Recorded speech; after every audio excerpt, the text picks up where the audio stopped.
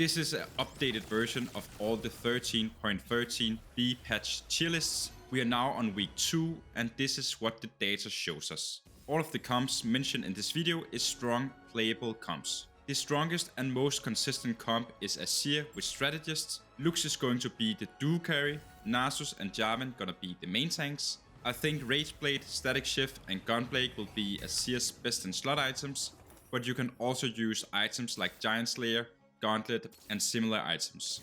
Lux is just all about AP and mana items, and Jarvan will most likely hold the tank items. You probably want to go level 7 at 3-5 and roll for some of the units, since this will be super contested. Your most common board will be this, but if you hit Kaisa, you can cap out your board at level 8 with this board, since you don't really need any more damage on the backline.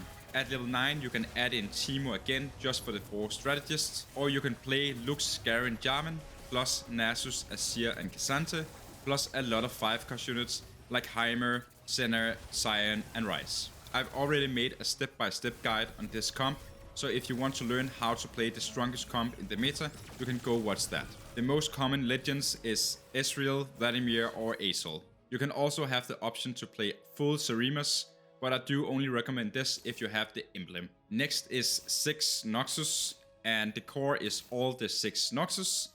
And at 7 we will roll for 3-star Darius and Kata, and even Kled and Swain if we are close to hit those. Best items will probably be Titans, Bloodthirster and Giant Slayer, and for Kata it's probably the same one as when we played Echo Kata Duo.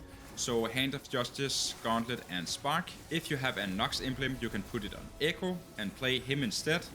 Then we have Slayer set. So basically you want to roll for 3-star sets and Kata if you get an emblem, but once you get set to 3-star you can push levels and end up with this board. Best items will probably be something like Infinity Edge, Titans and Hand of Justice, and usually items on Kata plus the emblem. And for Gwen you can put Gauntlet, Titans and Hand of Justice. Next we have Void, and again a huge buff if you get an emblem. You basically just play all the Void units plus Yasuo, give Kaisa AP and attack speed items. You can also look for Rek'Sai 3-star as your secondary carry, who wants Titans, Bloodthirster and Hand of Justice, and Bel'Veth wants similar items, but can also use items like Rapid Fire Cannon. Next we have Yasuo Ionia.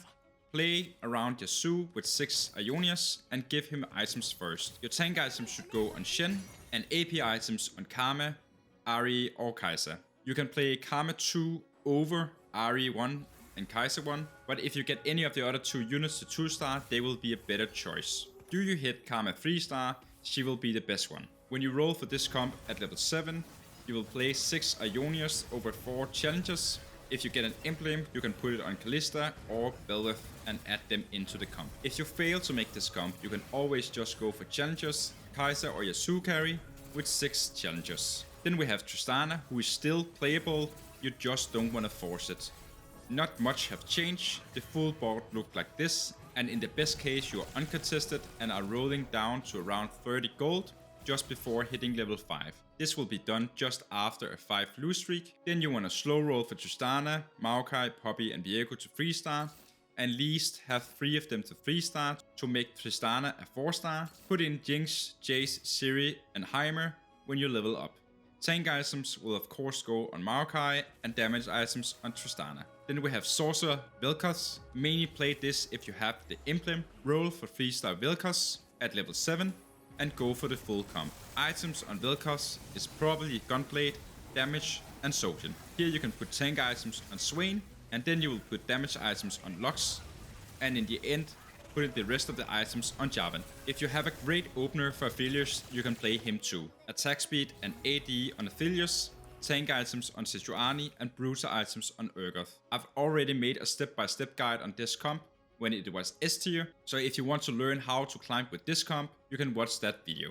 Last we have Invoker Karma, and you have to have a great start for this comp as well. Hitting Karma naturally, but since everyone is playing tons of 3-star units at this moment, you can have a way more easy time to hit Karma 3-star, and that's what makes this comp still playable. I've also covered this comp, so if you want to climb with it, watch that video. Please consider subscribing. You can always change your mind if you don't like climbing, or if you don't like to get the free LP. Thanks for watching, and I'll see you in my next guide.